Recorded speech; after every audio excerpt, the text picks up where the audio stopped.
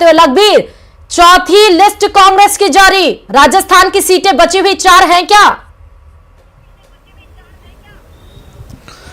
जी बिल्कुल, राजस्थान की 3 सीटों हाँ। पर कांग्रेस पार्टी ने अपने प्रत्याशियों का ऐलान किया है। हाँ। और महत्वपूर्ण बात यह है कि जिस प्रकार से नागौर सीट पर गठबंधन की चर्चाएं थी, उस सीट पर गठबंधन कर लिया गया है। राष्ट्रीय लोकतांत्रिक पार्टी जो कि पिछली बार भारतीय जनता पार्टी और एनडीए के साथ गठबंधन में थी, उस सीट पर इस बार नागौर से राष्ट्रीय लोकतांत्रिक पार्टी ने कांग्रेस से गठबंधन किया है और इस सीट को आरएलपी के गठबंधन में छोड़ा है। मतलब साफ है कि हनुमान बेनीवाल या फिर उनके भाई नारायण बेनीवाल प्रत्याशी हो सकते हैं या उनके परिवार में से कोई दूसरा व्यक्ति या प्रत्याशी राष्ट्रीय लोकतांत्रिक पार्टी का नागौर से लड़ेगा। तो वहीं जयपुर ग्रामीण से अनिल चोपड़ा को टिकट दिया है कांग्रेस पार्टी ने, युवा को चुनावी मैदान में उतारा है। पूर्व में राजस्थान विश्वविद्यालय के छात्र संघ अध्यक्ष रहे अनिल चोपड़ा। तो वहीं करौली धौलपुर से भजनलाल जाटव को चुनावी मैदान में उतारा गया है। भजनलाल जाटव कांग्रेस पार्टी के प्रत्याशी होंगे करौली धौलपुर सीट पर। लेकिन महत्वपूर्ण बात यह है कि करौली धौलपुर सीट पर भारतीय जनता पार्टी ने भी अपने प्रत्याशी का ऐलान नहीं किया है। ऐसे में करौली धौलपुर सीट पर कांग्रेस ने भजनलाल जाटव को प्रत्याशी बनाया। काफी कद्दावर नेता, भरतपुर संभाग के हैं, करौली धौलपुर में अच्छी धमक रखते हैं। ऐसे में इनको प्रत्याशी बनाने से उम्मीद है कांग्रेस पार्टी को कि कहीं ना कहीं अच्छा चुनाव लड़ा जाएगा। इसीलिए 3 सीटों पर प्रत्याशी को ऐलान किया गया है। हालांकि अभी भी करीब 6 सीटें बाकी हैं जिन पर कांग्रेस पार्टी ने अपने अधिकृत प्रत्याशी चुनावी मैदान में नहीं उतारे राजस्थान को लेकर।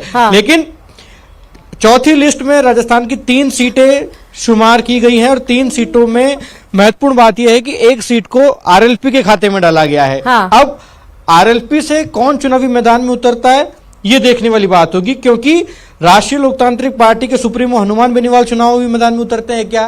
ये काफी रोचक होगा, क्योंकि ज्योति मिर्धा के सामने एक चुनाव पहले भी वो लड़ चुके हैं लोकसभा का पिछली बार और ज्योति मिर्धा को हराया भी था। हालांकि पिछली बार परिस्थितियां अलग थी, वो भारतीय जनता पार्टी के साथ एनडीए के घटक दल होने के नाते चुनावी मैदान में उतरे थे। लेकिन इस बार नागौर की सियासी गणित क्या होगी ये देखने वाली बात होगी। तो वहीं जयपुर ग्रामीण में जाट कार्ड खेला है एक बार फिर से कांग्रेस पार्टी ने। युवा चेहरे अनिल चोपड़ा को चुनावी मैदान में उतारा गया है, जो कि छात्र राजनीति से आए हैं और सचिन पायलट के विश्वस्त माने जाते हैं, उनके कैंप के नेता माने जाते हैं। उन्हें टिकट दिया गया है। हालांकि जयपुर ग्रामीण से बीजेपी ने भी अभी तक अपना प्रत्याशी घोषित नहीं किया है कि कौन प्रत्याशी होगा बीजेपी का, किसको वो मुकाबला देंगे। ऐसे में भारतीय जनता पार्टी की जो सीईसी है वो कुछ देर बाद बीजेपी मुख्यालय में होगी। अब जो 3 सीटें जारी हुई है कांग्रेस के द्वारा, तो स्वाभाविक तौर पर अगर कुछ बदलाव किया जाना होगा तो इन 3 सीटों पर तो प्रत्याशी देकर बीजेपी अभी कर सकती है, क्योंकि सीईसी की बैठक अभी होनी है।